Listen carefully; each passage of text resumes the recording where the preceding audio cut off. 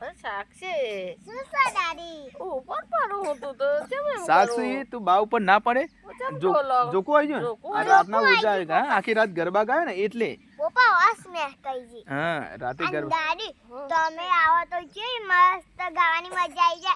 અને રોહિત થાકો તો બૂમ પરાઈતી બૂમ બંકાય દાદી. દાદી તમે હોય તો ગાવા ના મળે દાદી. પણ મને પગની તકલીફ તો બેટા ક્યાં આવું એટલી મજા આવી ગઈ ને મજા આવી ગઈ પપ્પા. બેટા કેમ છો મિત્રો? મજામ ને? અને હા અત્યારમાં દાદી અને મારા પપ્પા માં આયા છે ખેતરમાં. એ પણ સુલ્યાવાયા એ તમને કહીએ ને પપ્પા.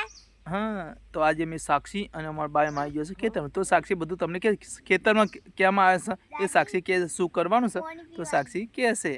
હા અને હા આજે અમારું વાવવાની હતી મેથી તે આજે અમે બતાવ્યા છે તમને મેથી. તો ફાઇનલી મેથી વાવવાની છે તો અમે મેથી કરવાની છે તો અમે ફાઇનલી આવી જશે તો સાક્ષી તમને મેથી બતાવશે. જો તને નાના આ છે મેથી અમાર વાવવાની છે. આ છે મેથી હા આમ પપ્પા 3 પેકેટ છે ટૂંકમાં જો 3 પેકેટ લાવે છે. પપ્પા કેટલા પૈસા લીધા? સાક્ષી આ 1 કિલોનું પેકેટ આવે 150 રૂપિયા.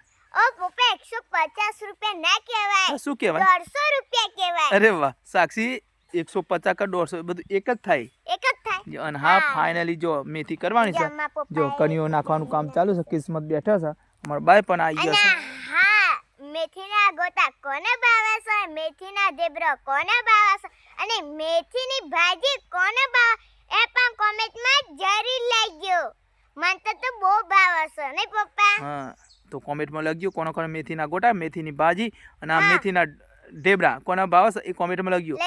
નકર સાક્ષી જબર વિચારા છે. સાચું હા ચલો જો કામ ચાલુ છે કણી નાખી છે પણ થોડું અમે બેઠા છે.